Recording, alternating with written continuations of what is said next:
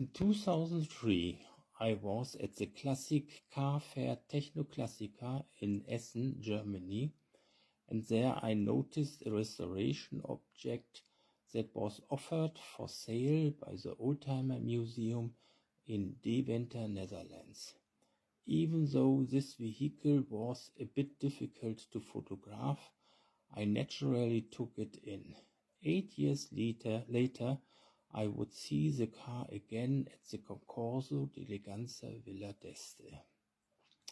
The 1942 Alfa Romeo 6C 2500 SS Coupe by Bertone, chassis number 915-516. The 6C 2500 chassis was marketed in 3 lengths, ranging from 2.7 to 3.25 meters, and offered coach builders of the time an attractive base for their bodies. Touring, Pininfarina, Zagato, but also Boneschi and Graber put the handcrafted bodies on the Alfa chassis and created the most beautiful but also most expensive car of the time. When the Second World War began, Alfa Romeo continued to be busy building the 6C 2500.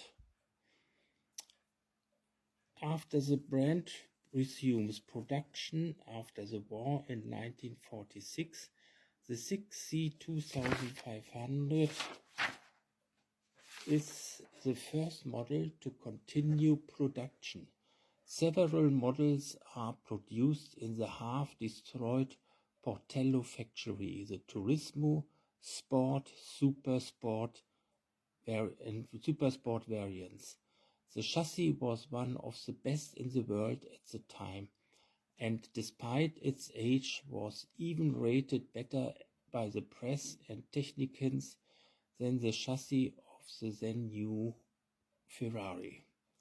Alfa Romeo continued to develop the 6C 2500 models until 1953. The more modern and the less expensive 1019 series replaced the 6C 2500. After all, 2,735 vehicles with 2.5 liter displacement 1999 to 1953 had been built then. Carrozzeria Bertone, founded in 1912 by the wheelwright Giovanni Bertone, 1884 to 1972, and only active in coach building since 1921, had always been known for its extravagant body lines.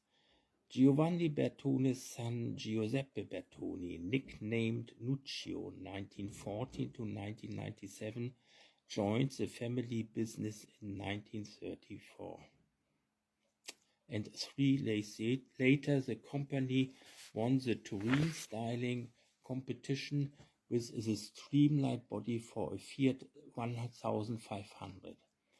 As head of the company, Nuccio Bertone transformed the company into one of the world's leading automotive design studios. Chassis number 915-516, exciting design, was created by Mario Rivelli di Beaumont, 1907 to 85, who, in addition to Bertone, also worked for Farina, Pininfarina, Fiat Carrozzeria Speciali, Ghia, Seat, General Motors, and Simca.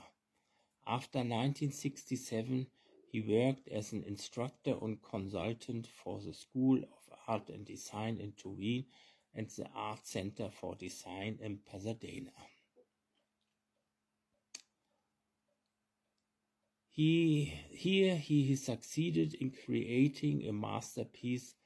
The low overall impression of the body and the elongated line without interruption from the front into the rear wing gives the car a dynamic appearance even when stationary. The first owner of this car was the Italian Oreste Peverelli, an Alfa Romeo dealer in Como and race organizer. From there, the car is said to have been sold to a coal dealer from Brugg, Switzerland. In the early 1960s, it came to the USA, first to Noel Cassetto and then for 30 years to Robert de Moran. The Milanese architect and collector of Italian cars with special Italian bodies, Corrado Lopresto, brought chassis number 1950-516 to Lake Como, with which he won the Coppa d'Oro. By the way, no one has won this trophy more often than him, 4 times in 2001, 2006, 2011 and 2014. Bernd Wieland describes the car collector Corrado Lopresto in Auto Bild on 2016 as followed. Only superlatives can describe the car collection of the Italian Corrado Lopresto. He owns only selected prototypes, one-offs and the very first vehicles in series. They come from Alfa Romeo, Lancia, Auto Bianchi, Oscar and Isotta Fraschini, but no Ferraris and no Maseratis. A look in Lopresto's garage should leave only the most hardened car fans cold, because his cars are original and meticulously restored down to the last detail. Don't be fooled by his elegant outfit, because Corrado Lopresto is also a screwdriver from his youth onwards.